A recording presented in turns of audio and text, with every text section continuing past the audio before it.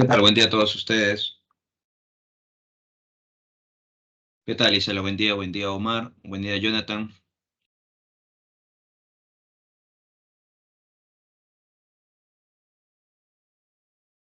Efectivamente, Jonathan.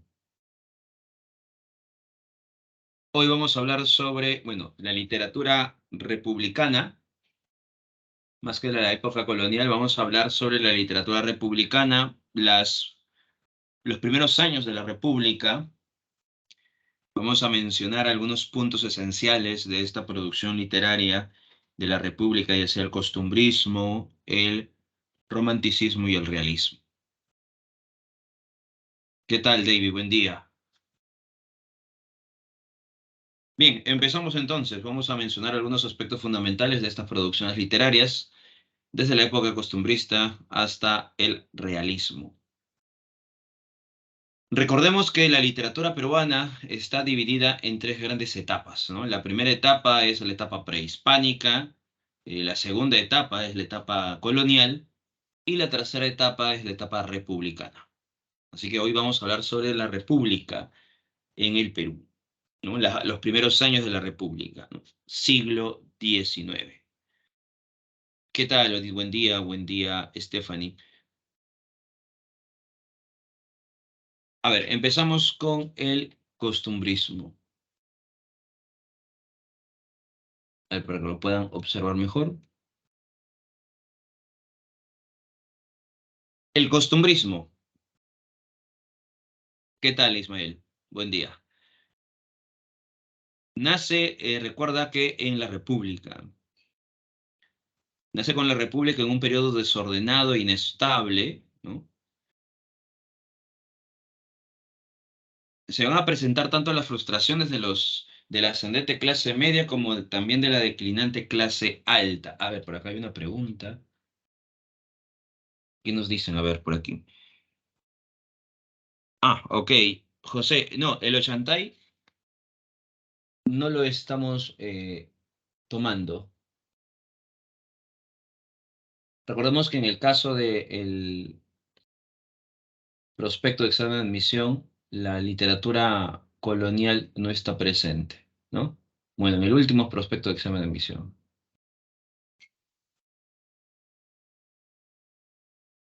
Ni la emancipación, ¿no? De frente se va a la literatura republicana. Ujú.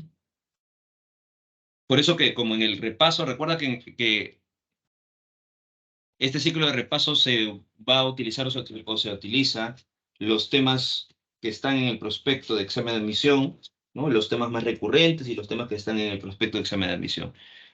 Tocamos eso, ¿no? En cambio, en las otras modalidades, por ejemplo, el intermedio, el básico, dependiendo de algunos de ellos, sí tocamos estos temas, ¿no? Claro, en el caso del repaso, no, pues en el repaso sí nos centramos más en los temas más sobresalientes en el examen de admisión y obviamente el temario del prospecto, ¿no? Por eso que hay algunos temas que omitimos, ¿no? Por acá Jonathan nos dice las fijas. Ya se acerca el examen, ¿no? Estamos, bueno, no, falta todavía un mes, casi 2 meses, ¿no? Un mes y medio por ahí, un promedio, ¿no? De un mes y medio para el examen de admisión.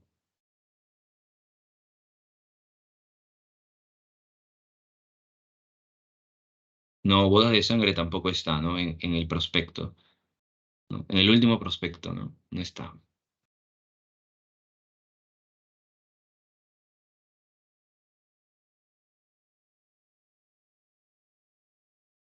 Sí, ya hay una tentativa de fecha, fines de marzo y la primera semana de abril para el examen de admisión de San Marcos.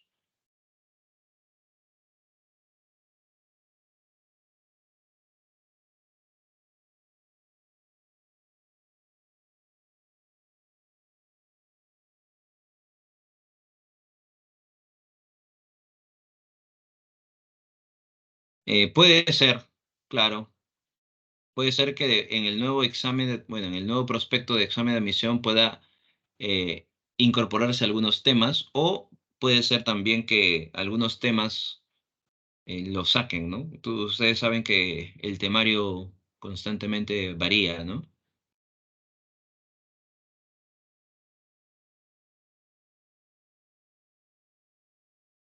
Sucede, o no, no creo que suceda que incorporen temas ya pasados, pero puede ser en ocasiones que incorpore algunas cosas, ¿no? Por ejemplo, el Lazarillo de Tormes, en el último prospecto no estaba, ¿no? Estaba Don Quijote solamente. No estaba la Divina Comedia tampoco, ¿no? Así que puede ser que se incorpore la Divina Comedia, puede ser que no. Hay algunos temas que eran constante, la Divina Comedia, que lo sacaron, ¿no? El Lazarillo de Tormes no era tan frecuente en el examen de admisión, aunque sí había venido con anterioridad, pero también lo sacaron, ¿no? Voz de sangre, por ejemplo, no era un tema constante en el examen de admisión, así que lo han sacado igual, ¿no? O sea, no hay mucha diferencia tampoco. Poeta en Nueva York, ¿no? Por ejemplo. Las crónicas tampoco era un tema constante en el examen de admisión, una de 100, ¿no? El Ollantay sí era un tema que no ha venido con mayor frecuencia, pero sí dos, tres temas un poco a lo largo de estos 10 años, por ejemplo, ¿no? En cambio, los temas de la literatura peruana que vienen con mayor frecuencia, pues, por ejemplo, el realismo peruano, pues ha venido prácticamente casi seguido, ¿no? El costumbrismo con Ñacatita ha venido también un poco, no tanto como el realismo peruano. Tanto costumbrismo y romanticismo no ha venido mucho. Los dos se unen y ya tienen la misma, el mismo porcentaje del realismo peruano, ¿no?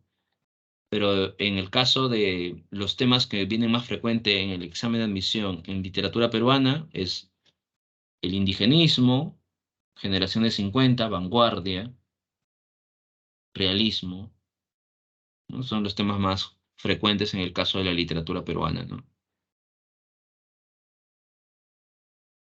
Fausto de Goethe, el autor alemán, no, esa obra no ha venido en el examen de admisión, ¿no?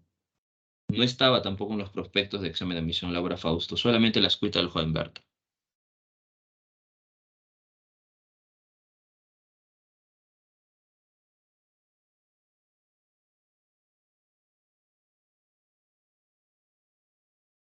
Ahora, en Europa es obvio que también el realismo es un tema frecuente, ¿no? El realismo con crimen y castigo, ¿no?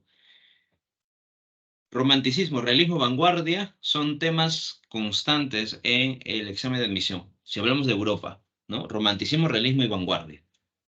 O sea, la escuela del joven Werther, crimen y castigo, y la metamorfosis, ¿no? Son temas frecuentes en el examen de admisión, ¿no? O bien te viene realismo, o sea, crimen y castigo, o bien te viene una pregunta de romanticismo, o bien te viene una pregunta de la metamorfosis, ¿no? No, rojo y negro no. Ahora, recordemos que cuando hablamos de las obras literarias, hay que tener en cuenta algo, ¿no?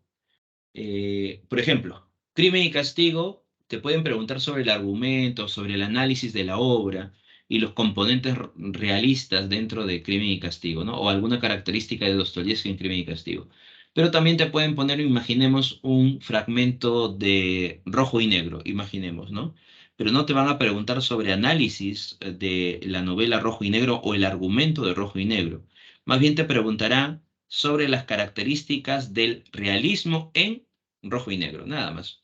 O sea, no pueden preguntarte más allá de eso, porque recuerda que rojo y negro no está dentro del prospecto de examen de admisión, solamente crimen y castigo. O sea, si viene algo de rojo y negro, solamente sería para encontrar una característica de ese fragmento, ¿no? Te ponen un fragmento, imaginemos, de rojo y negro y te dicen, ¿no?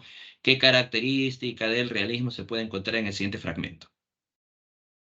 Eso te pueden poner, nada más, ¿no? Porque lo que están preguntando ahí no es rojo y negro, sino lo que están preguntando ahí es sobre el realismo. Y es válido, ¿sí? ¿No? Es una pregunta válida porque te habla sobre el realismo. No te está hablando sobre la novela rojo y negro. Entonces es distinto, ¿no? En cambio, en Crimen y Castigo te ponen un fragmento y te dicen, ¿no? Desde la perspectiva de Rodión, ¿no? Señale usted qué manifiesta, ¿no? Su punto de vista o a qué se alude el siguiente fragmento, ¿no?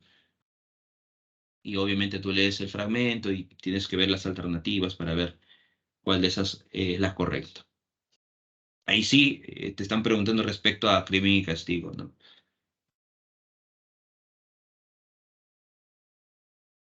Por eso que no tengan en cuenta las obras literarias que siempre mencionamos, ¿no? Por ejemplo, en el costumbrismo la obra literaria que tienes que saber es Ñacatita, ¿no? Ahora, ¿pueden preguntarte sobre otra obra literaria? No, más allá de ponerte algún fragmento sobre el costumbrismo, ¿no? Imaginemos que te ponen un fragmento de Frutos de la Educación y te mencionen, ¿no? ¿Qué característica del costumbrismo se ve reflejado en este fragmento de Frutos de la Educación? Entonces tú vas leyendo y de pronto en Frutos de la Educación se da el sentido satírico. Ah, entonces sería la respuesta, ¿no? La concepción satírica o el fin didáctico, etcétera, ¿no? Pero más allá de eso no te pueden preguntar.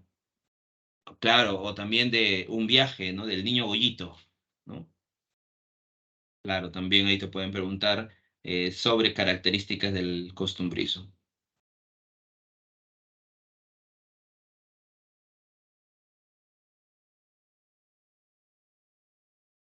Muy bien.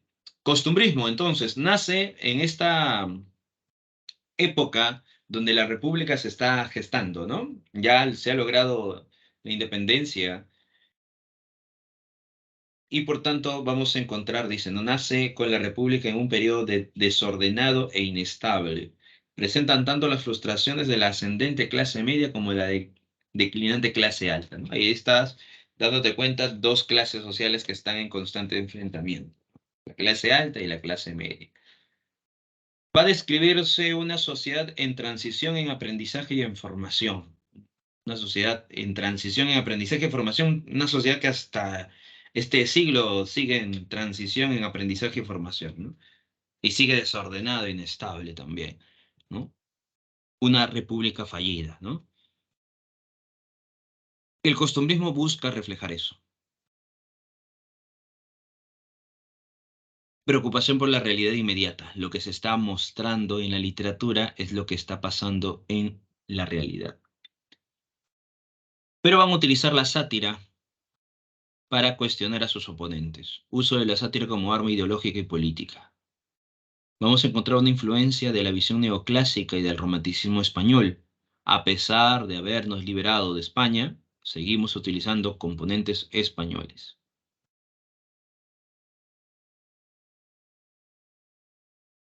Quiere decir que el costumbrismo no va a ser del todo original, ¿no? El costumbrismo entonces va a tener influencia del neoclasicismo y los autores neoclásicos utilizaban la producción literaria como una obra utilitaria a la sociedad. O sea, para la producción literaria era útil a la sociedad. El costumbrismo va a utilizar esa característica y va a mostrarnos esa intención didáctica y moral. La obra literaria enseña, ¿no? Muestra la moral de su tiempo.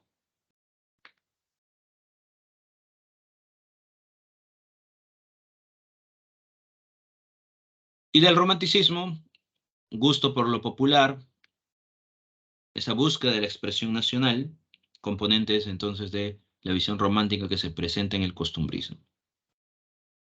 El costumbrismo trata de ser lo más representativo, ¿no? Mostrar de pronto la realidad tal cual es.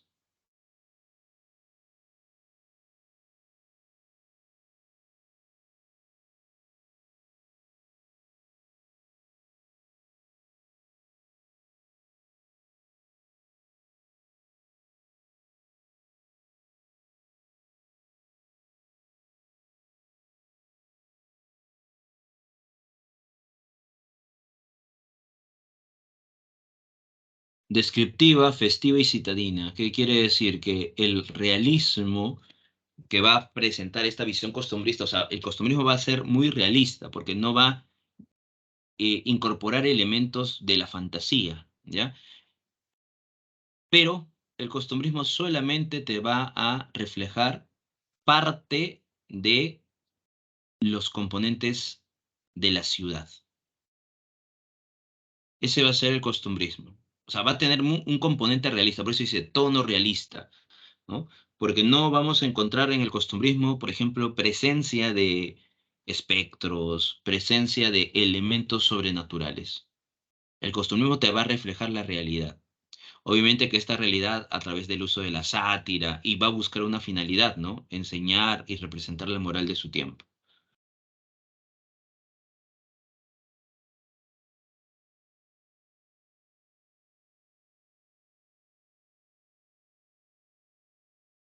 Es festiva porque el costumbrismo va a reflejar las costumbres arraigadas tanto de la clase alta como de la clase media y baja.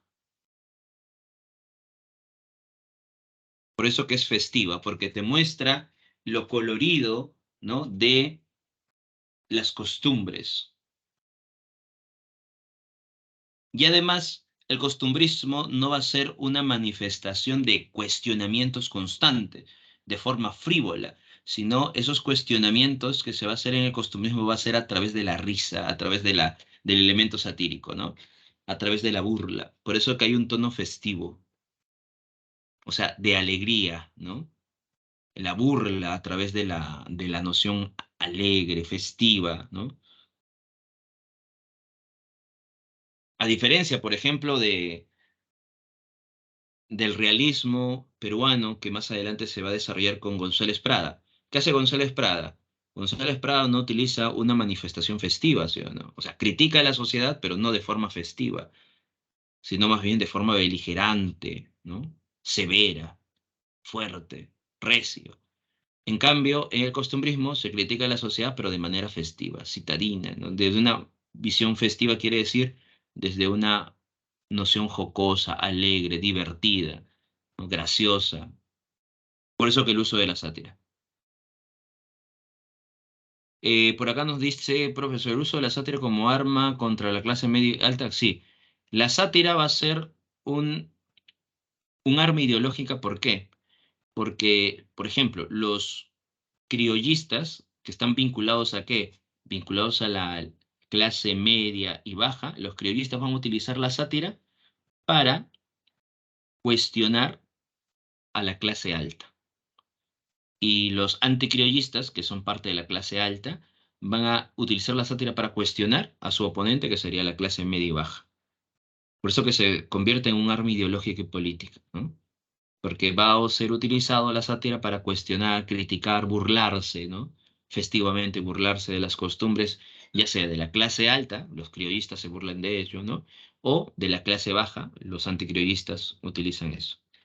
Frutos de la Educación es una obra de Felipe Pardo y Aliaga y es un claro ejemplo del uso de la sátira para burlarse o burlarse, cuestionar una costumbre popular, que es el baile de la zamacueca. Frutos de la Educación de Felipe Pardo y Aliaga es un anticriollista.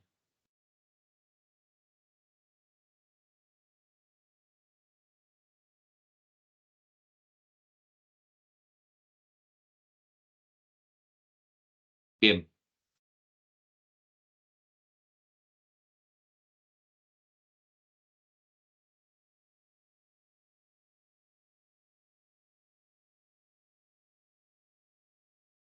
a ver, por acá, ¿qué nos mencionan más? A ver, dice el profesor, quedó a entender como la búsqueda de la expresión nacional. Muy bien, ahorita vamos a mencionar eso de Stephanie y luego nos menciona por acá. Profesor, preocupación por la realidad, eso parece a Prada. Ah, lo que sucede es que el costumbrismo va a tener un tono realista y por eso que nos podemos familiarizarlo con el realismo peruano más adelante, ¿no? Lo que sucede es que el costumbrismo, como tiene un tono realista, eh, va a reflejar la realidad de esa época. Pero esa realidad va a ser a través del uso de los elementos satíricos, burlescos, ¿no? Y de las costumbres. Solamente va a retratar la realidad a través de las costumbres, pero costumbres de la ciudad. Por eso que Hay una gran diferencia con el realismo peruano que va a surgir más adelante, después de la Guerra del Pacífico. ¿Por qué? Porque en el realismo peruano no se va a utilizar las costumbres para cuestionar y criticar. Solamente vamos a encontrar más bien en el costumbrismo este sentido de mostrar una realidad a través de las costumbres. Y esto está vinculado con lo que pregunta Stephanie, profesor, ¿cómo es eso de la búsqueda de la expresión nacional? Como se ha gestado una nueva república, que es la República del Perú, o se está gestando, los autores costumbristas buscan mostrarnos qué es la República Peruana, o sea, cómo nos diferenciamos de otra república, cuál es nuestra esencia, cuál es nuestro estilo, cuál es nuestra expresión, cuál es nuestra identidad. Y por eso que los autores de esta época van a buscar ese elemento, esa expresión nacional, esa identidad de la república que ha gestado, se está gestando en ese instante, ¿no? Porque recuerden que el costumbrismo nace en ese contexto, cuando se ha formado la república en el Perú, 1821, recuerda que va a proclamarse la independencia, ¿no? Unos años después, 1828, aparece Frutos de la Educación, ¿no? Y ahí empieza a formarse esta postura costumbrista para buscar, ¿no? Una identidad propia, un estilo propio, ¿no? No lo van a conseguir del todo porque recuerda que van a tener influencia española, pero van a buscar qué es lo que los diferencia de otras repúblicas independientes en América, ¿no? Y esa expresión nacional, por ejemplo, van a tenerlo a través del criollismo, el lenguaje criollo, uso de refranes, dichos populares, que lo va a utilizar que van a utilizar los autores del criollismo.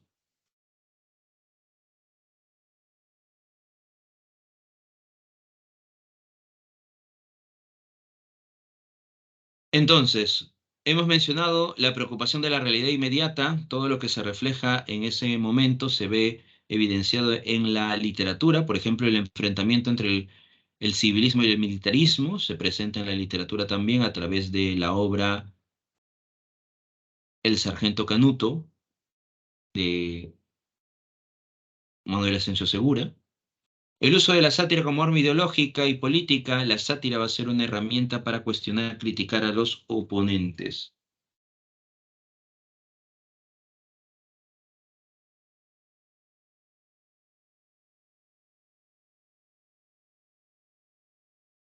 La influencia neoclásica y romántica dentro de este periodo también está presente.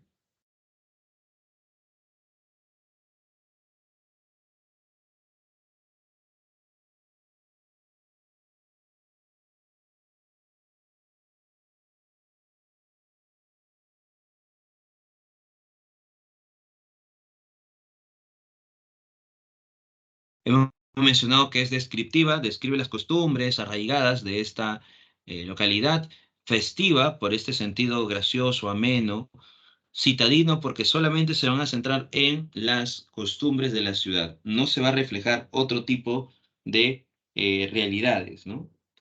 No se va a hablar de las costumbres, por ejemplo, eh, de la provincia, ¿no? Solamente de la ciudad.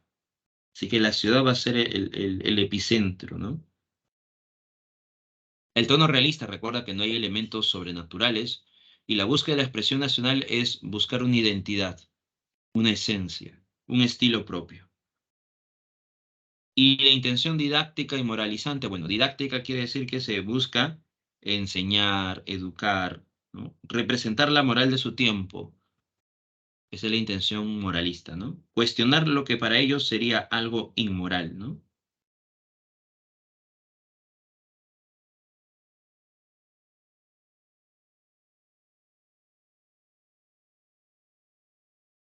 Bien, hasta aquí, preguntas, dudas.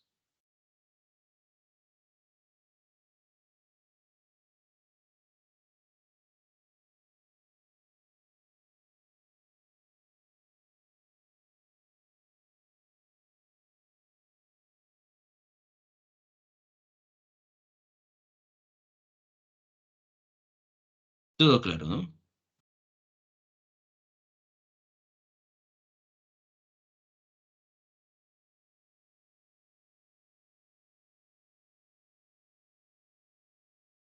Sí, cuando hablamos del costumbrismo hay dos vertientes. La primera vertiente es la vertiente anticriollista y la otra vertiente es la vertiente criollista. Los anticriollistas, a ver, por acá me dicen que no pueden ver la pantalla, no se preocupen, vuelvo a presentarlo. Ahí está. Los anticriollistas estaba mencionando que son aquellos autores que van a estar vinculados más a los componentes españoles, ¿no? Los anticriollistas, los que rechazan los elementos populares. Y los criollistas son aquellos que van a seguir los lineamientos populares.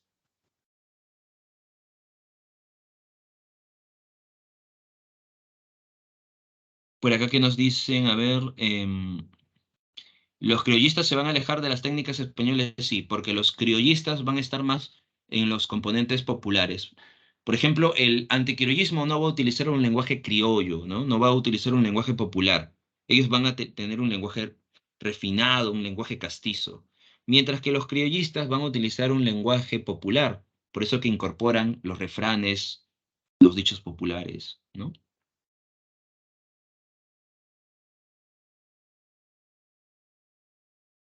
Y en el caso de la intención didáctica y moral, habíamos mencionado que los costumbristas van a utilizar la obra literaria ¿para qué?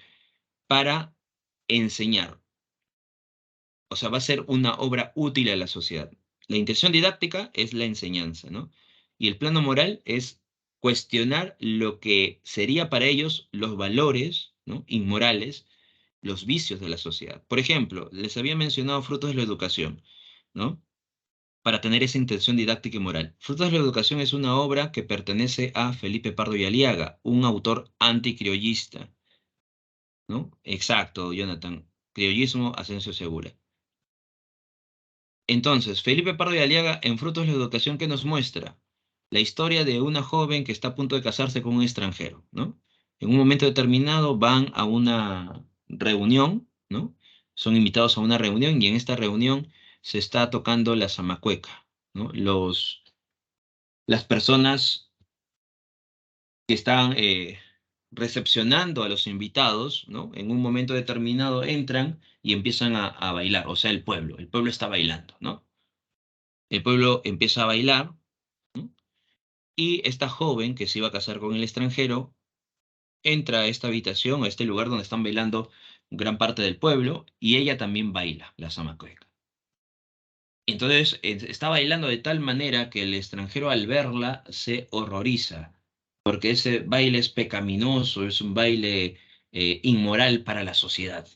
Así que rompe con ella y ya no se casa, ¿no? Ya, esta obra obviamente que te he resumido así a rasgos generales, ¿no? Obviamente que aquí hay elementos satírico y burlesco y una serie de circunstancias, pero solamente ten en cuenta esto. La joven baila la zamacueca y su futuro esposo al verla se horroriza porque es un baile inmoral, un baile que está vinculado a los componentes populares, así que rompe con ella. ¿Qué está diciendo entonces el autor?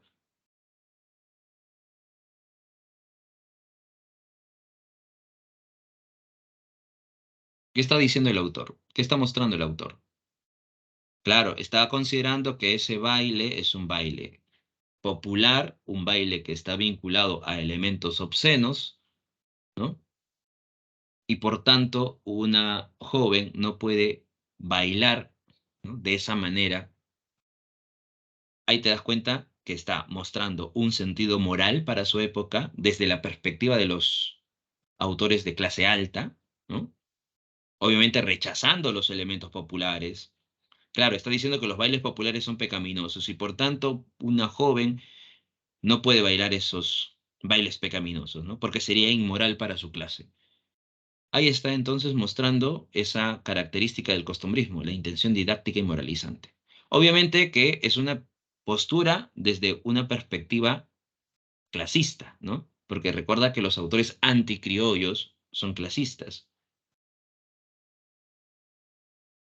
A diferencia, ¿no? De los criollistas. Obviamente que los criollistas Las zamacuecas no lo van a ver como un baile inmoral, nada de eso, ¿sí o no? Entonces los costumbristas van a tener dos perspectivas, ¿no? La perspectiva moral de la clase alta y la perspectiva moral de la clase eh, criolla o de la clase baja, ¿no?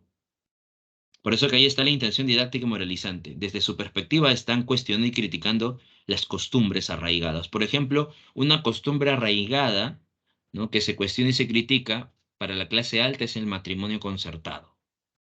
Se cuestiona el matrimonio concertado. Recuerda que en la clase alta era eso, ¿no? Cuando ya de pronto tiene una cierta edad una joven, entonces la madre o el padre alistan a la joven para que se pueda casar con su futuro esposo, ¿no? Sin que ella ame a esa persona, puede ser mayor o no, simplemente ya los padres han decidido el futuro de sus hijos, ¿no? El matrimonio concertado.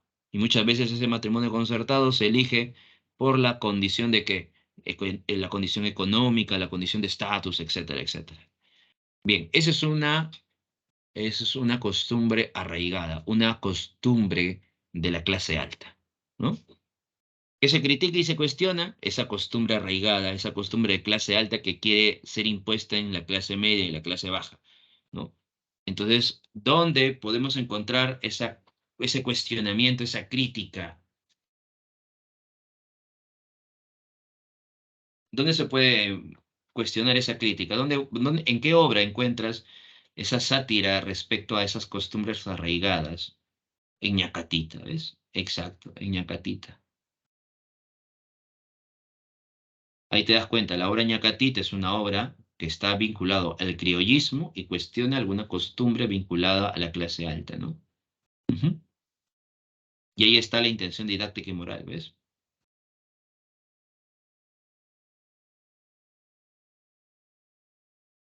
Por acá nos pregunta, ¿aún seguirán esas costumbres en la actualidad? Claro, en algunos países, en algunos lugares sí, y también la clase alta también, ¿no?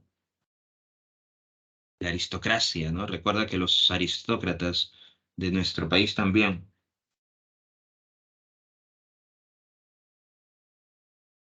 con esos apellidos compuestos, ¿no? Que no se pueden relacionar con personas de bajos estatus, ¿no?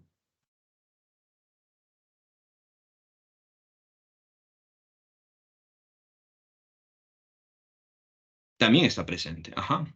Entonces el costumbrismo busca retratar esa nación que está surgiendo, que se está formando. Una nación desordenada, inestable, ¿no?, lleno de enfrentamientos. Recuerda que estamos en este contexto del primer militarismo, ¿no? Bien, ese es el costumbrismo. Entonces pasamos a la obra Ñacatita, que es la obra que refleja estos componentes del costumbrismo peruano. Ñacatita es una obra que pertenece al género dramático, especie comedia de 4 actos. Está escrita en verso y efectivamente se utiliza el Deus Ex Machina. Este elemento del Deus Ex Machina, recuerda lo que vemos aquí, el Deus Ex Machina, a través del personaje Don Juan. Gracias a Don Juan, los personajes Juliana y Manuel van a poder ser felices, ¿no? Porque Don Alejo no va a poder casarse con Juliana, ¿no? Ese es el Deus Ex Machina. Bien, entonces se utiliza el Deus Ex Machina, ¿no? La aparición, ¿no?, súbita de un personaje que cambia el hilo conductual de la historia. Ese es el Deus Ex Machina. Es una técnica que se utilizaba desde la época clásica, ¿no? Por acá, Yanela nos dice, yo le tenía bronca a la ñacatita, profesor. Claro, ñacatita es la vieja chismosa, la alcahueta, la que busca la manera de que Juliana se case con don Alejo, ¿no? Y le exige, ¿no?, a doña Rufina, la madre, ¿no? Y doña Rufina que también es un personaje que desea obtener cuestiones económicas por eso, ¿no? Por eso que ñacatita sabe hablarle a Rufina con esas nociones y Rufina cae constantemente, ¿no? A ver, ¿qué se critica? Se critica el ser y el parecer, ¿no? Porque recuerda que aquí don Alejo pretende ser una persona de clase alta al final sabemos que no lo es, ¿no? Pretende ser un joven, bueno, no joven, sino pretende ser una persona adinerada, pretende ser una persona que supuestamente proviene de la clase alta, ¿no? Pero en realidad tiene una esposa que está en Cusco, ¿no? Dice ser sortero, claro, dice ser sortero, pero no lo es, ¿no? Porque tiene una esposa en Cusco. Y don Alejo, como supuestamente pretende ser de clase alta, la clase alta de esa época tenía una costumbre de imitar los elementos franceses, ¿no? Imitaban los modelos franceses. Y por tanto, don Alejo también tiene que imitar el modelo francés, ¿no? Así que va a utilizar el francés, obviamente un francés muy arraigado, un francés, eh, un tono francés, porque en realidad no sabe hablar francés don Alejo, ¿no? Pero con eso va a engañar a doña Rufina y a ña Catita, pensando que es una persona de alta clase, ¿no? Dice ser soltero, pero no lo es, porque más adelante, gracias a Juan, se descubrirá que don Alejo tiene su esposa en Cusco.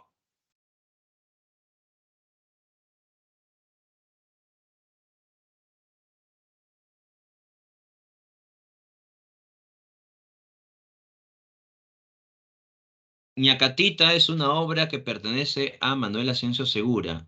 Ñacatita es una obra criollista. El niño Goyito, que es un personaje de el artículo que se llama Un viaje de Felipe Pardo de Aliaga, esa obra está vinculado al anticriollismo, porque Felipe Pardo de Aliaga en un viaje va a cuestionar, va a criticar y satirizar una costumbre popular. El Deus ex machina es la aparición súbita de un elemento que logra cambiar el hilo de la historia. Ese es el Deus ex machina.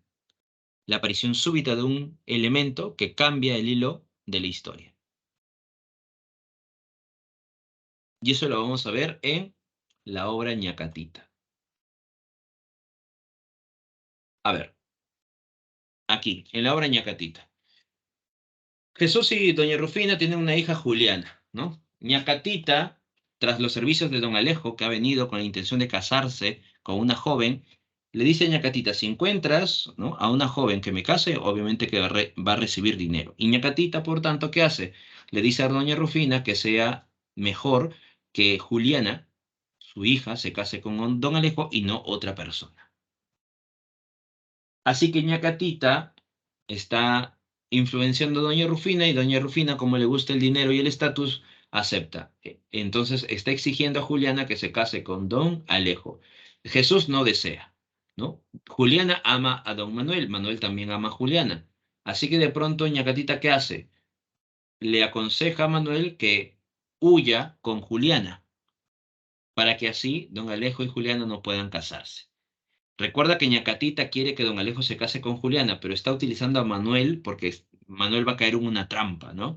Así que Manuel, al escuchar a Ñacatita, le da la razón. Manuel va donde Juliana, le dice, Juliana, huyamos, ¿ya?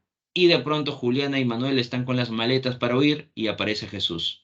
Jesús, al ver a su hija que está a punto de huir con Manuel, se molesta, expulsa a Manuel y le impide que vuelva a acercarse a Juliana. La intención de Ñacatita era eliminar este obstáculo de Manuel, ¿no?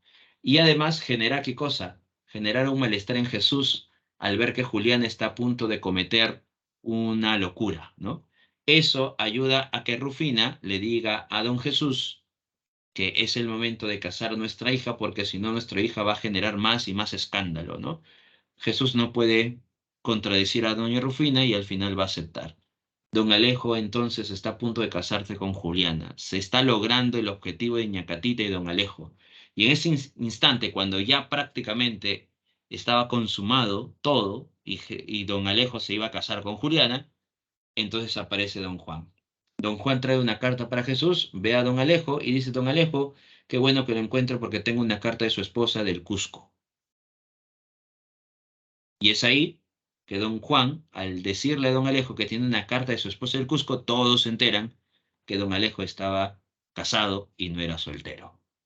Así que don Jesús se molesta, expulsa a don Alejo, expulsa a Ñacatita y obviamente Jesús dejará que Juliana se case con la persona que ama, don Manuel.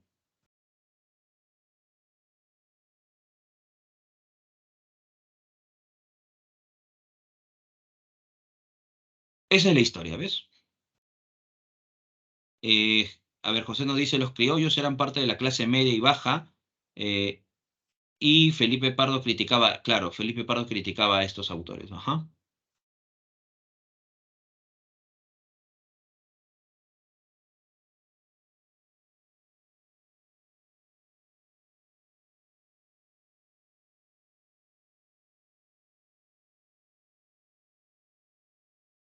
¿Cómo así? ¿Cómo así? ¿De qué, Abigail? Ah, ¿cómo así de pronto don Alejo fue expulsado? Sucede que don Juan recuerda, este es un personaje que en la historia no tenía sentido, no aparecía, y solamente apareció una vez, y esa aparición de don Juan cambia el hilo conductual de la historia, ¿no? Porque Juan viene, toca la puerta, ¿no? Y le abren y van donde don Jesús, porque es amigo de Jesús y le entrega la carta, ¿no? Le dice, acá tengo una serie de cartas, le estoy entregando la carta que viene para su correspondencia. Don Jesús le dice, le agradece, ¿no? Y en ese instante don Juan observa, porque recuerda que en la reunión estaba Jesús, Rufina, Juliana, Alejo, ¿no? Ñacatita observa y dice, ¿don Alejo? Don Alejo, es usted, qué bueno que lo encuentro, le estaba buscando, porque acá tengo una carta de su esposa del Cusco. Ella sabía que iba a llegar a Lima y me escribió una carta, ¿no? Para usted y le entrega. Exacto. La aparición súbita de un personaje que cambia el hilo de la historia es el Deus Ex Machina. Por tanto, Don Juan representa ese elemento.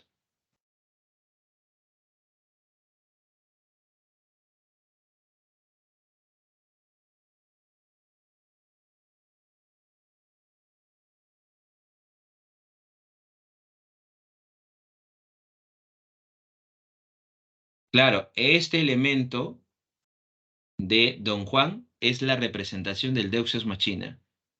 Ajá, el Deus Ex Machina justamente es eso, ¿no?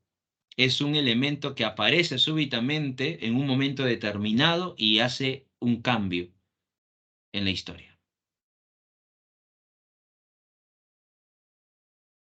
No, en toda la historia no se menciona a Don Juan.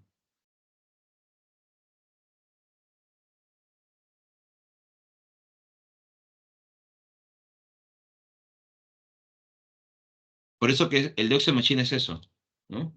Justamente es eso. Es como las historias de esa serie La Rosa de Guadalupe. ¿Qué sucede? Todo está sucediendo bien, en un momento sucede algo mal, ¿no? El personaje dice, ¿y ahora qué hago? Y aparece el airecito y una rosa al costado, y justo por obra y magia, ¿no? Del espíritu, todo cambia. Ese es el Deus Ex Machina. Y esa rosa te pregunta, ¿no? Exacto, ¿no? Ese es el uso del Deus Ex Machina, ¿ves? Se utiliza mucho en esa serie La Rosa de Guadalupe, ¿ves? Ese es el Deus Ex Machina, la aparición súbita de algo, de un elemento, un personaje, una circunstancia que cambia el hilo conductor de la historia.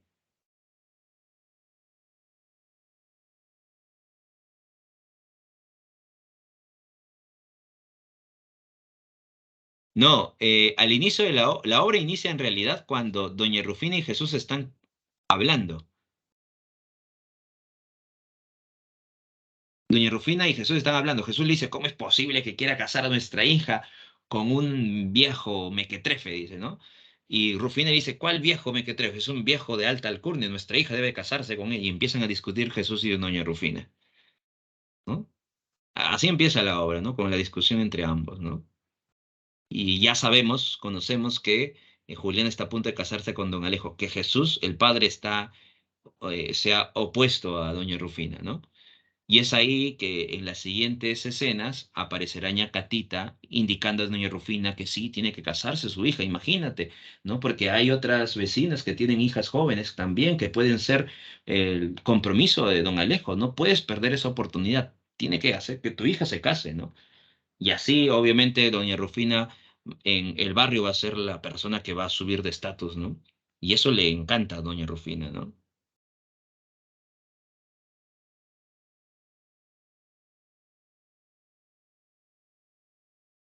Manuel Asensio Segura es considerado padre del teatro peruano porque logra representar personajes icónicos, arquetipos limeños.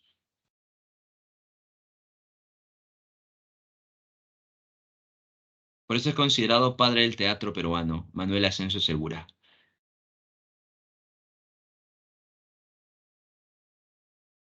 Ñacatita es la representación de esta Lima alcahueta, ¿no? De esta representación de la sociedad,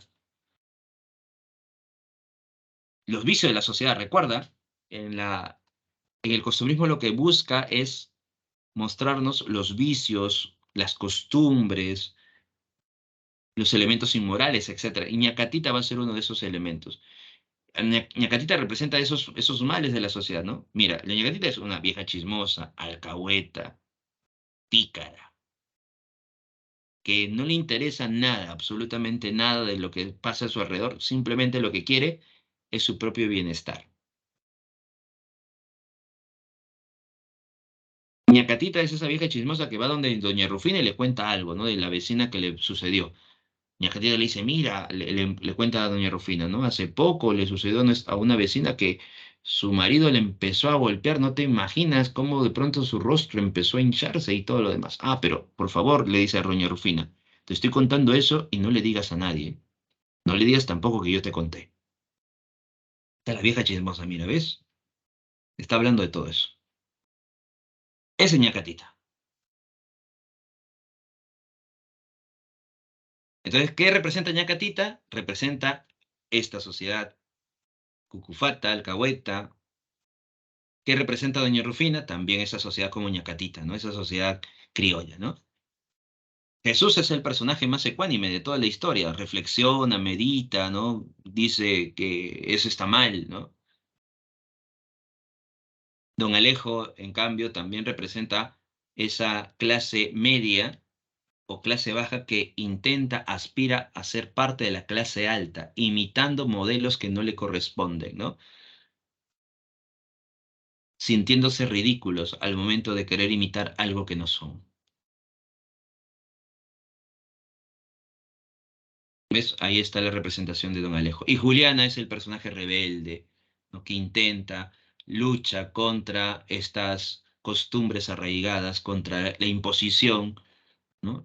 De una sociedad a otra.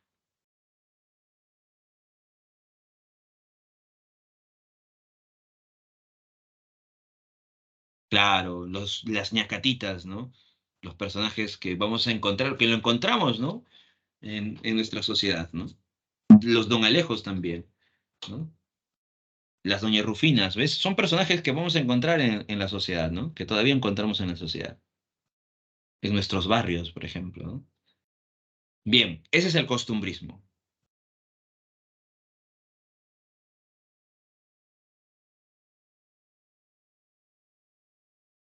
Claro, ahí está el realismo, porque tú te percatas y estos personajes te das cuenta que lo puedes encontrar en cualquier lado, ¿no? Vamos ahora al romanticismo. A ver, ¿qué busca el romanticismo?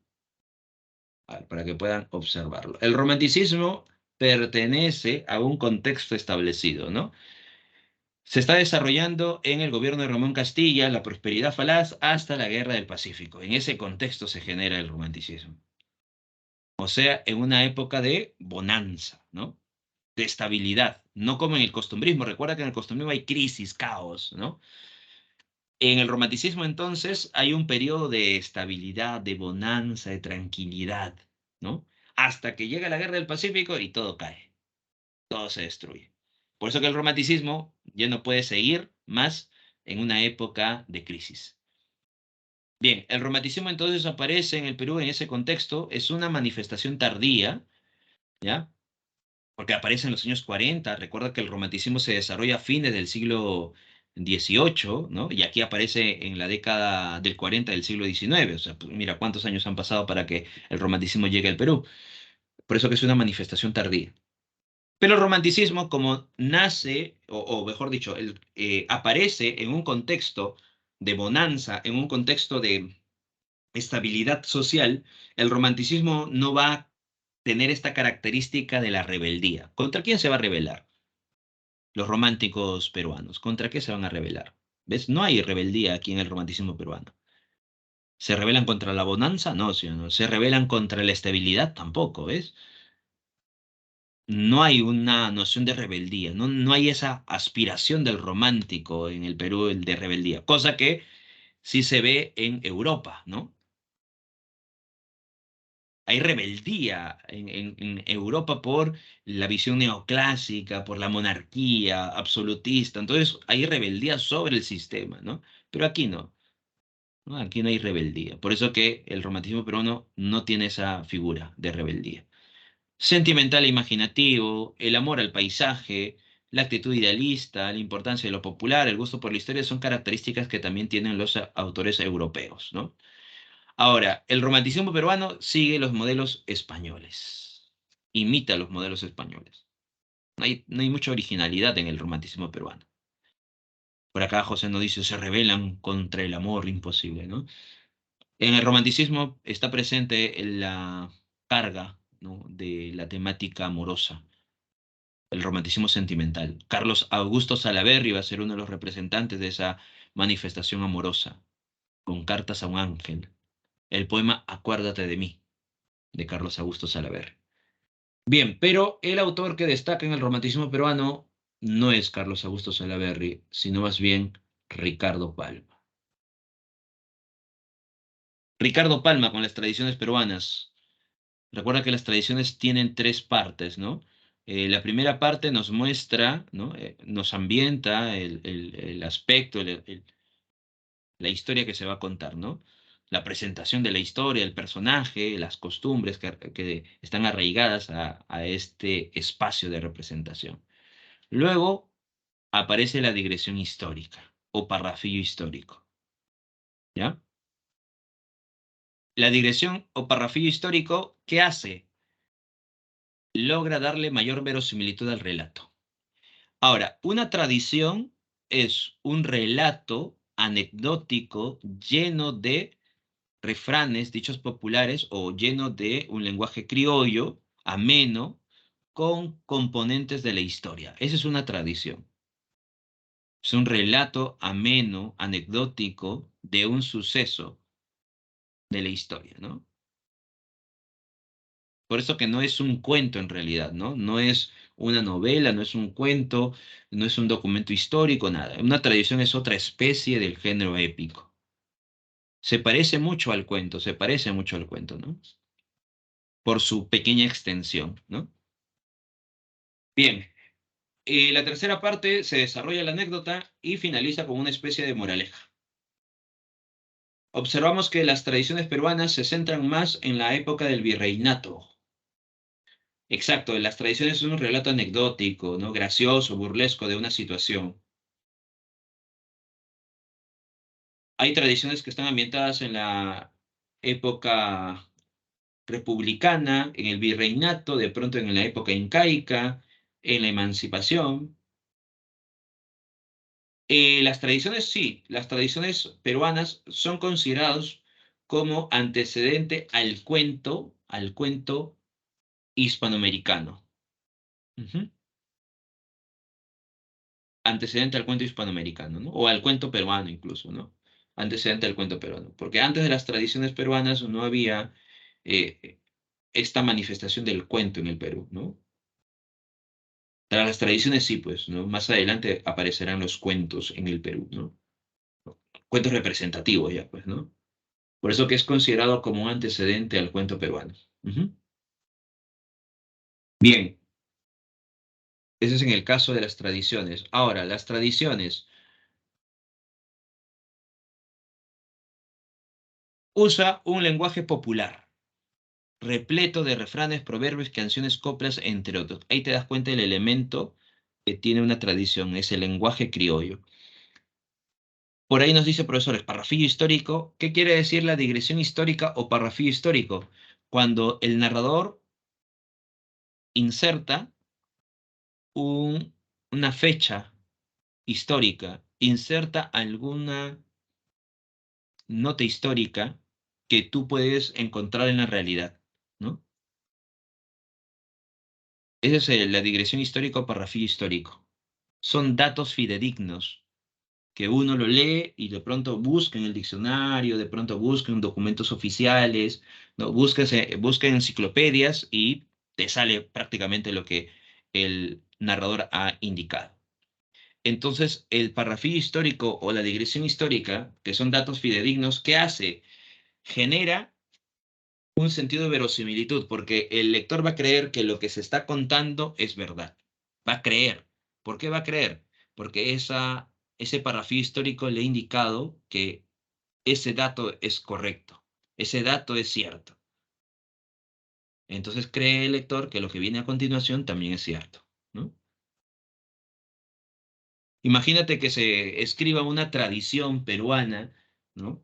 En una de estas tradiciones peruanas está la historia del profesor de literatura, el profesor L. Ramos, de la Academia Pitágoras, ¿no? Y en un momento determinado hay una digresión histórica y señala efectivamente el año en que el profesor de literatura empezó a impartir su clase en Pitágoras, ¿no? Entonces el lector contrasta con la realidad y se da cuenta que eso es un hecho histórico o es algo que ha sucedido en la historia.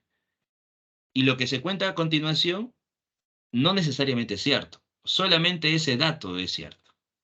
Nada más, ese dato es cierto, nada más, ¿no? Lo mismo pasa, por ejemplo, en las tradiciones como Santa Rosa de Lima, recuerda, y los mosquitos, ¿no? De Santa Rosa. Hay un dato histórico de Santa Rosa, ¿no? Pero no quiere decir que lo que se cuenta después de ese dato histórico sea cierto, ¿no? O tú has creído en esa tradición de Santa Rosa y los mosquitos, o esa tradición de Fray San Martín con el perro, el gato, el pericote. O claro, el capitán, ¿no? Salaberry y Paiva, efectivamente, al pie de la letra, ¿no? Hay un dato histórico, sí, Salaberry es un personaje histórico, está justo en un contexto, ¿no? De enfrentamiento contra los bolivianos, la Confederación, ¿no? Entonces hay un hecho, un dato histórico que sí se puede reflejar en la realidad. Pero ¿qué sucede? Lo que se cuenta en torno a esta historia no es del todo cierto. Exacto, tiene eventos fantasiosos como fábula, moraleja. Ajá. Claro, el parrafillo histórico, la digresión histórica le da una cierta noción verosímil, o sea, que sea creíble, ¿no? Que tenga un reflejo de la realidad, ¿no?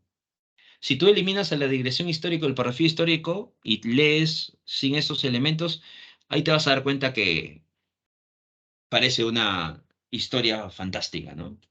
Ujú. Bien, entonces las tradiciones peruanas combinan leyenda romántica con cuadro costumbrista, se puede mover entre lo histórico y lo ficcional. Recuerda que es una historia que está de un tono jocoso, por eso dice carece de perspectiva histórica.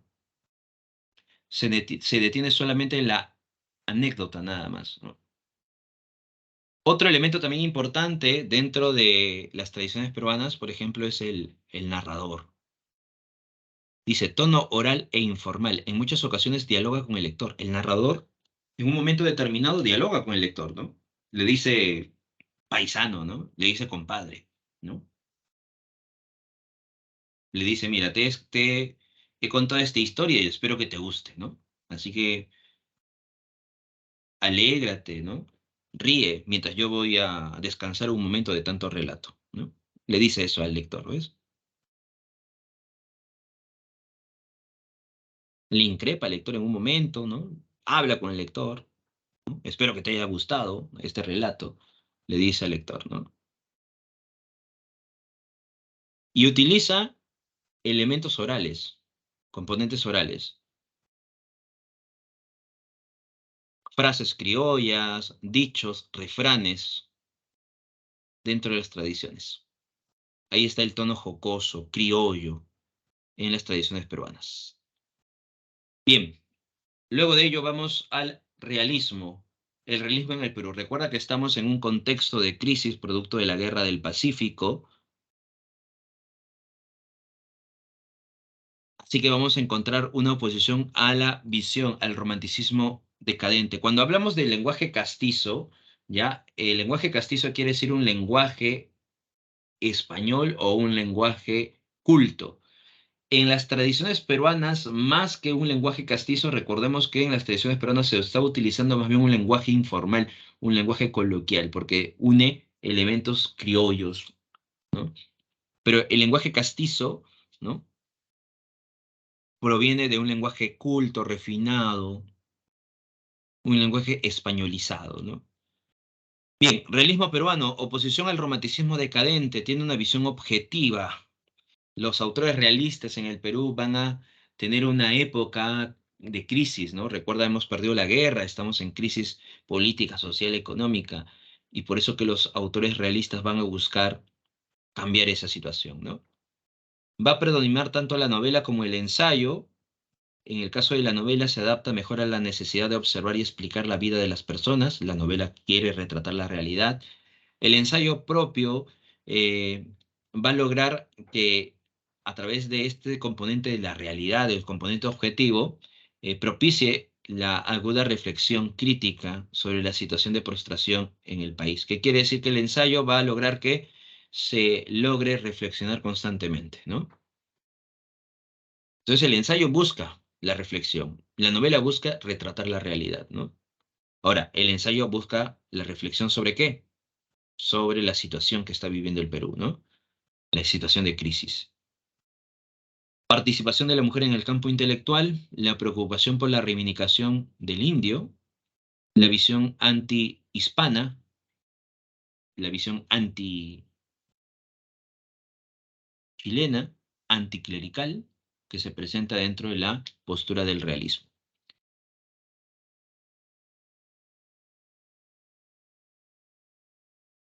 Va a haber un cuestionamiento al sistema político de la época, ¿no? Ahora, una visión anti-hispana, ¿qué quiere decir? Un rechazo a los modelos españoles. Recuerda que el costumbrismo y el romanticismo tenía influencia española. Bueno, el realismo no tiene esa influencia española, rompe con España. Dice, no, yo no quiero influenciarme de esos modelos españoles. Y vamos a encontrar más bien influencia francesa y alemana, en el caso de la poesía de González Prada. Y una visión anticlerical, un rechazo a la iglesia.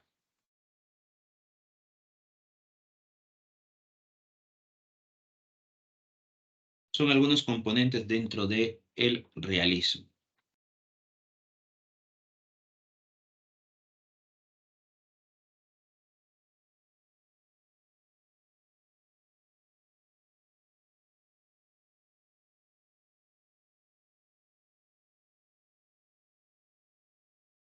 Un lenguaje informal sería un lenguaje que no sigue los parámetros de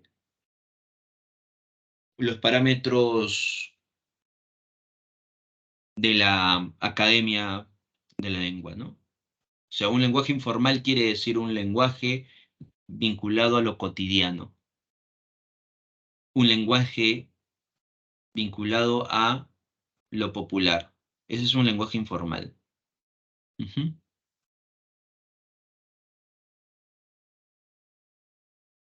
Que rompe un poco la sintaxis, por ejemplo, ¿no? Eso es un lenguaje informal. Utiliza los elementos cotidianos, ¿no? Ujú.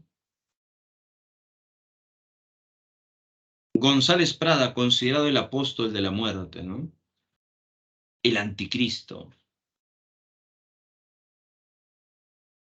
Claro, así se le llama a González Prada, ¿no? González Prada, características, ortografía caprichosa, visión anticlerical, va a ser considerado precursor precursor del indigenismo y precursor del modernismo también. Ahora, dentro de su poesía, vamos a encontrar, ¿ya? Vamos a encontrar en su poesía una ruptura con los modelos españoles y un acercamiento a ritmos franceses, alemanes. Por eso es considerado precursor del modernismo. Y dentro de su concepción narrativa o dentro de su prosa, va a buscar cuestionar la explotación que se genere al campesino. Por eso que va a ser considerado precursor del indigenismo.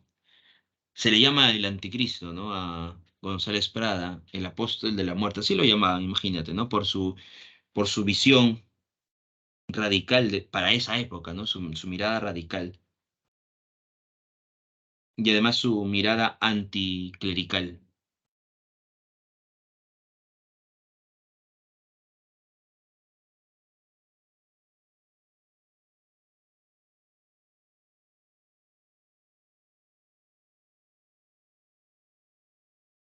Muy bien. ¿Qué obras tiene González Prada? Discurso en el Politeama recuerda que Páginas Libres, obra de lucha bajo el oprobio, anarquía, son su manifestación en prosa y en poesía, minúsculas, presbiterianas, exóticas, trozos de vida, baladas peruanas, entre otros. Pero recuerda que vamos a hablar del discurso en el Politeama. Claro, González Prada es un autor también que está vinculado a la anarquía, ¿no? El anarquismo, correcto. Discurso en el Politeama. Dentro de la obra vamos a encontrar una visión anticlerical, un rechazo a los componentes de la iglesia, ¿no? Vamos a encontrar también una integración del indio a la sociedad. Por eso que González Prada cuestiona, ¿no? Cómo de pronto la sociedad está siendo representada como, y marginado al campesino, ¿no? González Prada va a tener una visión, recuerda que González Prada va a tener una visión indianista, una visión paternalista.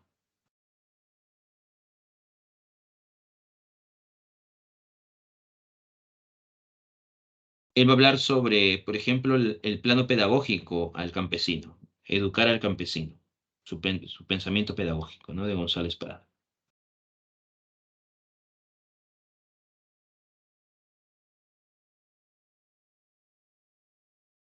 Busca la renovación política y social del país. En su obra Discurso en el Politeama vamos a encontrar esos componentes.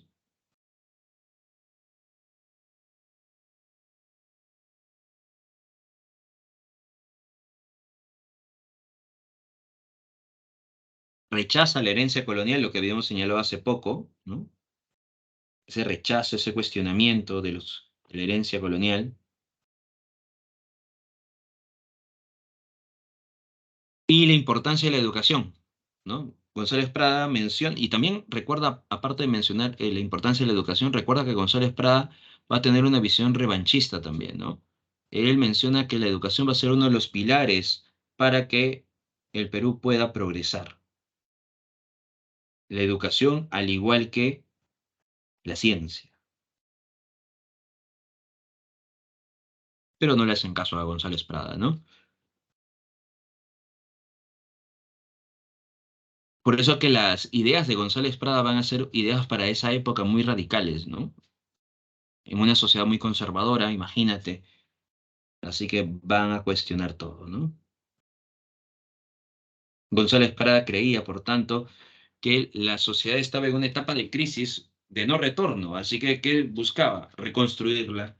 Y para reconstruirla, ¿qué se tiene que hacer? Eliminar todos los elementos nefastos que quedaron hasta ese momento. Por eso que tenía una cierta esperanza en la juventud, en la generación que ha de venir, ¿no? Y lograr ese cambio profundo que la sociedad necesitaba, ¿no?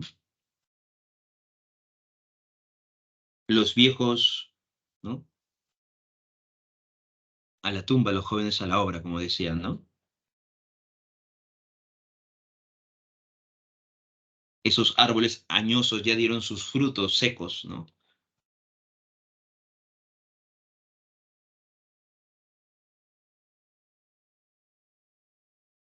Y por eso que González Prada tenía esa visión, ¿no? Él mostró todos los males que la sociedad padece, ¿no? Y trató, ¿no? De reflejar eso para que la juventud se dé cuenta, ¿no? Observe la realidad y haga un cambio profundo, ¿no? Sin embargo, no llegaron a consolidar ese pensamiento de González Prada, ¿no?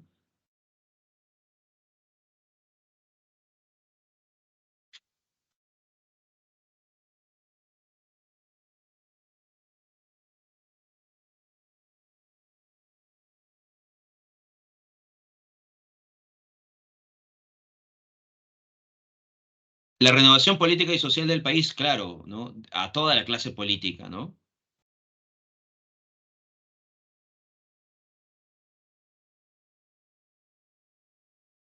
Claro, el Perú es un organismo enfermo donde se aplica el dedo brota pus. Efectivamente, esa es una frase también de González Prada, ¿no? Acá tenemos, por ejemplo, la característica de la ortografía caprichosa, ¿no? El discurso en el politeama. Por eso en el momento supremo de la lucha no fuimos como el enemigo un coloso de bronce, sino una agrupación de limaduras de plomo, no una patria unida y fuerte, sino una serie de individuos atraídos por el interés particular y repelidos entre sí por el espíritu de bandería. Falta de unión, ¿no?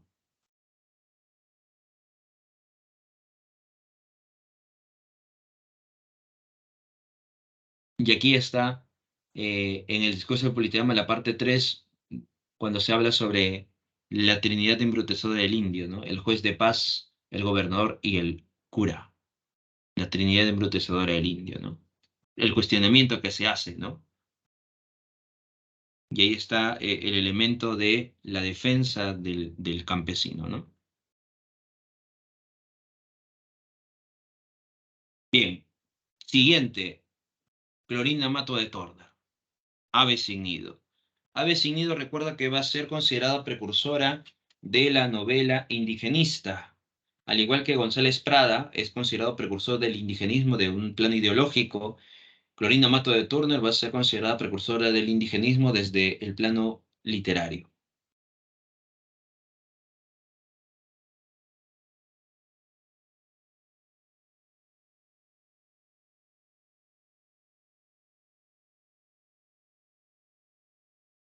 Sí, a ver, por acá Brigitte nos menciona, profesor Helero era un antihispano, anticlerical y antichileno y rechaza las técnicas españolas, por eso rechaza la herencia española. Él tiene una visión anticlerical, rechaza a la iglesia porque la iglesia desde su perspectiva va a ser un obstáculo para el progreso en el Perú, ya que la iglesia en el Perú tiene mucho poder y por tanto va a influenciar en el plano educativo, y por eso que González Prada rechaza esa postura de la iglesia. No está diciendo que las personas dejen de creer en algo, sino que de pronto que la iglesia como institución no se interponga en el avance de la sociedad. También tiene un rechazo a la iglesia o una visión anticlerical porque él plantea que la ciencia sea uno de los pilares para la educación. Hay un rechazo a lo chileno, bueno, sabemos por el tema del revanchismo, ¿no? En este contexto de guerra, y una visión anti hispana por la herencia colonial que se tiene, ¿no? González Prada dice, nos hemos independizado, ¿no? Ahora, esa independencia que nosotros tanto mostramos, en realidad no se concreta en el plano cultural, porque seguimos dependiendo de España. Y por eso que hay una ruptura con esa herencia colonial que se tiene en el Perú.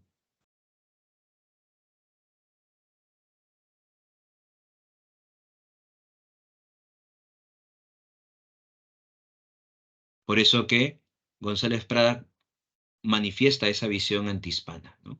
Un rechazo a los modelos españoles, un rechazo a la herencia colonial que tanto mal ha hecho al Perú. Por eso que cuestiona eso. Ujú.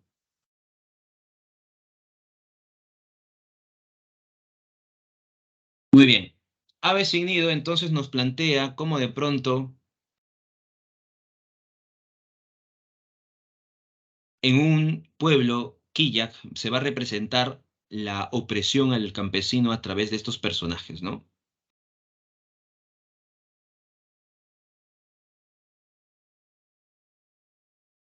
Los oprimidos, Juan, Marcela, Margarita, Rosalía, que es la familia Yupanqui. Los protectores van a ser la familia Marín y Manuel, que es el hijo de Petrolina Hinojosa, que se ha casado con Sebastián Pancorbo. Y los opresores van a ser el alcalde, el cura y Estefano Benítez, que es un representante de la clase alta de Quilla.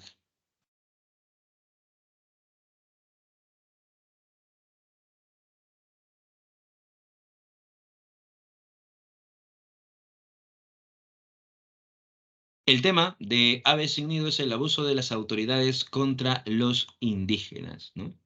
Es el tema central dentro de la obra Ave sin nido. Otros temas que se pueden presentar aquí, la crítica del clero, la violencia social, la injusticia, la solidaridad. ¿Qué está pasando en los comentarios por aquí? Ya están recordando Chile, Bolivia. Ustedes, si ustedes fueran, ya estarían de vuelta con la guerra del Pacífico.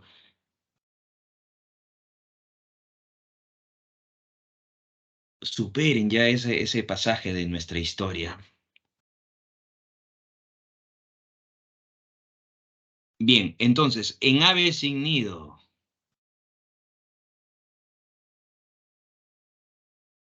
¿qué nos muestra? ¿Qué se muestra en Ave sin nido? Cómo de pronto la sociedad está utilizando diferentes componentes para oprimir al campesino, ¿no? Eso es lo que nos va a mostrar en Ave sin nido.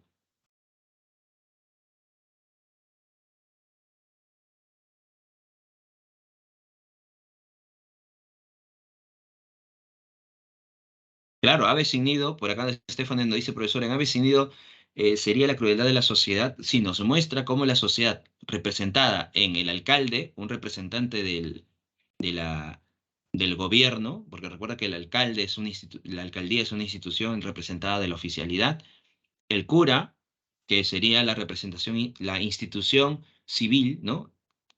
Religiosa, y Estefano Benítez, que es representante de la clase alta, ¿no? Entonces ahí te das cuenta la configuración de la sociedad, ¿no? La clase alta, ¿no? El Estado civil religioso y el gobierno local o el gobierno en general oprimen al campesino, ¿no? O sea, prácticamente se muestra el campesino en su orfandad, porque no tiene con quién liderar, con quién de pronto defenderse, ¿no? Contra la opresión.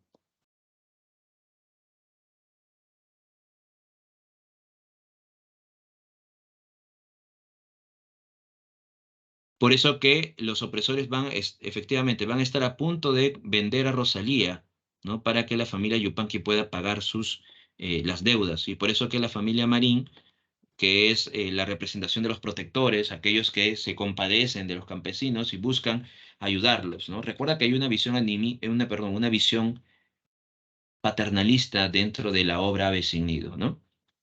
Así que de pronto aquí vamos a observar cómo la familia Marín cuida de la familia Yupanqui, ayuda a la familia Yupanqui hasta que los opresores van a tener la idea de matar a la familia Marín porque estarían rompiendo sus lazos de corrupción, ¿no? Y al momento de querer realizar esta acción de matar a la familia Marín, quienes van a morir para defender a la familia Marín va a ser Juan Yupanqui y Marcela, que va a estar gravemente herida y luego morirá.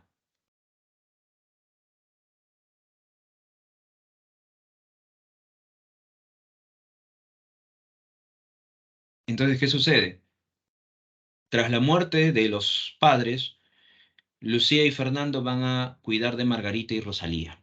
Es aquí donde Manuel va a frecuentar la casa de la familia Marín para descubrir a los asesinos, ¿no? Va a estar conversando con la familia Marín, se enamora de Margarita, frecuenta la casa, ¿no? Manuel, mientras va investigando, porque Manuel es abogado, recuerda, se da cuenta que quienes son los culpables es Sebastián, Pascual y Estefano, ¿no? Pero Sebastián es su padre adoptivo, ¿no? Así que Manuel le dice a Sebastián que tiene que dimitir el cargo, que no puede seguir siendo alcalde, ¿no? Que en algún momento llegará la justicia y va a padecer, ¿no? Ante ella. Cuando Lucía y Fernando se dan cuenta que hay una corrupción tremenda en el pueblo de Quilla y no pueden contra eso, la familia Marín deciden marcharse de Quilla porque Lucía está embarazada. Pero ¿qué sucede? Manuel, al enterarse que Lucía y Fernando se van a retirar, eso generaría que él no pueda visitar frecuentemente a Margarita, ¿no? Y por eso decide oficializar esta relación. Así que va donde Lucía y Fernando a pedirle que le autorice, ¿no? Estar con Margarita y que después de unos años pueda casarse con ella. Pero Lucía y Fernando le dicen no a Manuel, porque tú eres hijo de Sebastián Pancorbo, aquel que había matado, ¿no? indirectamente a Juan y Marcela, los padres de Margarita. Pero Manuel le dice, si eso es el problema, en todo caso les digo una verdad.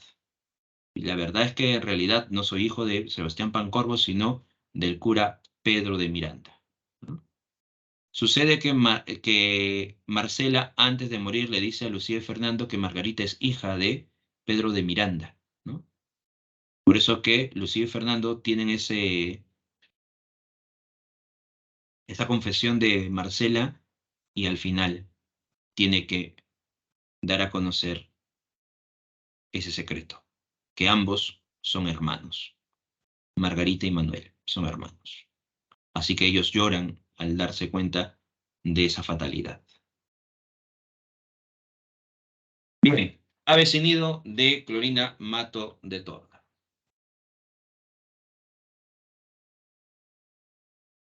En el proemio de Avecinido se muestra, ¿no?, qué es lo que ella busca en la novela, ¿no? Retratar fielmente la realidad y los problemas que se presentan en ella.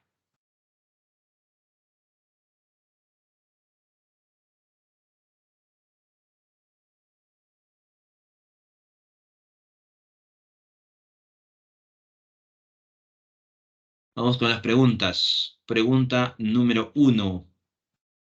A ver, marque la alternativa que completa de manera correcta el siguiente enunciado. El costumbrismo es un movimiento que surge en el periodo donde se muestra a una sociedad que experimenta un proceso de transición con rezagos coloniales caracterizado por la movilidad social. En ese sentido, un escritor como Felipe Pardo de Aliaga opta por...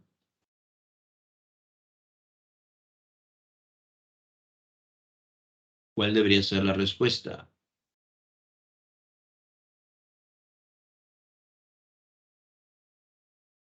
Claro, lo que estamos observando aquí es la representación de Felipe Pardo de Aliaga, un anticriollista, ¿sí o no?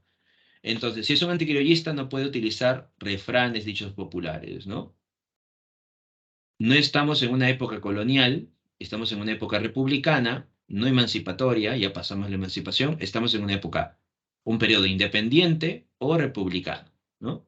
Pero no muestra un aprecio por el pasado ancestral, sino más bien muestra la decadencia de la clase alta. La respuesta es la C. Correcto, la respuesta es la C. Vamos con la siguiente pregunta.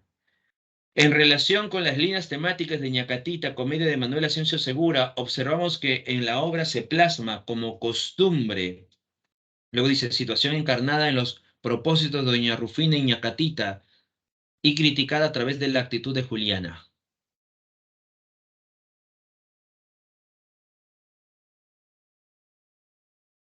Claro, está impuesto a Doña Rufina el matrimonio, ¿sí o no? Entonces la respuesta en la número 2, por tanto, debería ser la de el matrimonio concertado por interés o conveniencia.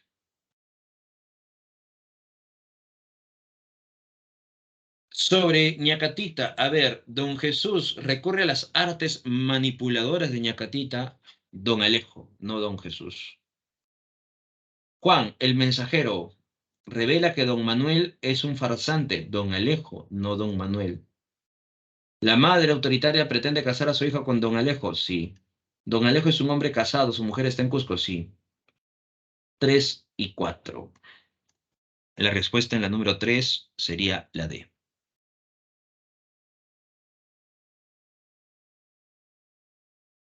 De acuerdo al fragmento anterior, donde iban las tijeretas de tradiciones peruanas, marque lo que corresponde. Y con esto, lector amigo, mira, ahí te das cuenta el lenguaje informal, ¿no? Y con esto, lector amigo, y con que cada 4 años uno es bisiesto, pongo punto redondo al cuento, deseando que así tenga la salud como yo tuve empeño en darte un rato de solaz y divertimento.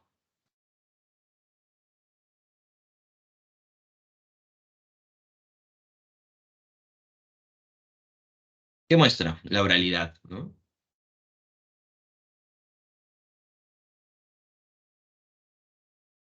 Muestra el estilo de la oralidad. Pregunta 5. A ver, ¿la digresión histórica le otorga un afán moralizador? No, sí o no. Más bien, le otorga una noción de qué? De verosimilitud. Se idealiza la época colonial, recuerda, ¿no? Se muestra una visión idílica de la época colonial. ¿Exalta la grandeza y el esplendor del mundo andino? No. ¿Se le considera como un antecedente? Sí. 2 y 4.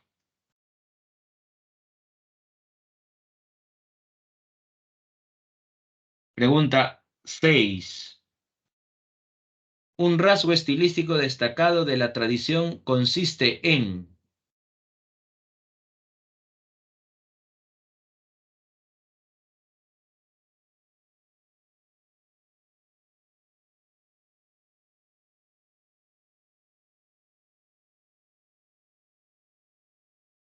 ¿Cuál sería? Cuando dice, y para que usted no diga que por mentir no pagan los cronistas a cabala, y que los obligo a que me crean bajo la fe de mi honrada palabra, copiaré lo que sobre el particular escribe el erudito señor de Mendiburu. Respuesta entonces en la pregunta 6. Claro, hay una noción de diálogo con el lector, ¿no? Correcto. Pregunta 7. Dentro del realismo peruano del siglo XIX, el ensayo desempeñó un papel relevante con respecto a la situación política vivida después de la guerra con Chile. Dicha importancia puede explicarse gracias a que este género, ¿qué busca el género? En este caso el ensayo, reflexionar, ¿no? Una aguda, exacto, aguda reflexión. La 7 la B. Pregunta número 8 sobre aves sin nido. La novela se encuentra ambientada en la comunidad idílica de Rauraj, falso, Esquillas. Juan Yupanqui y su esposa sufren los maltratos del cura y el gobernador. Recuerda que está presente, ¿no? Manuel, al llegar al pueblo, se enamora de Margarita, hija de los Marín. No, no es hija de los Marín, ¿no? Al final de la trama se descubre que Manuel y Lucía son hermanos. Margarita, ¿no? La 8, por tanto, la C.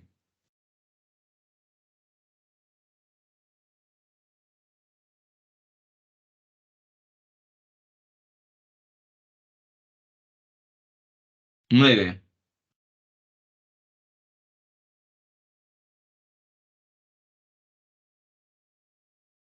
¿Cuál sería la respuesta en la 9?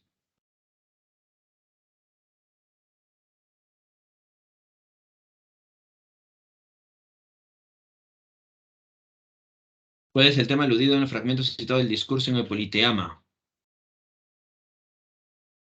Uno de los discursos representativos, ¿no?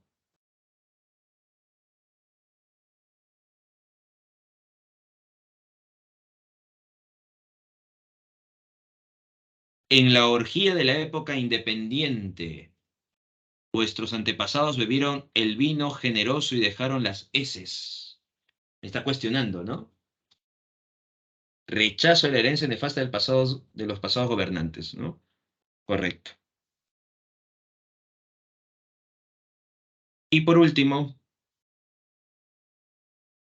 para marcharnos felices y contentos, respuesta en la pregunta 10. Ahí te das cuenta, ¿no? El uso de la ortografía caprichosa, ¿no? La renovación de la forma de escribir. Un lenguaje de tono conciliador, no, pues no es una crítica constante, no hay un elemento de conciliación. Una visión anticlerical, ahí está, ¿no? La valoración del periodo colonial, no, hay una crítica, un rechazo al valor al periodo colonial. Así que la respuesta sería 1-3, la respuesta es la B.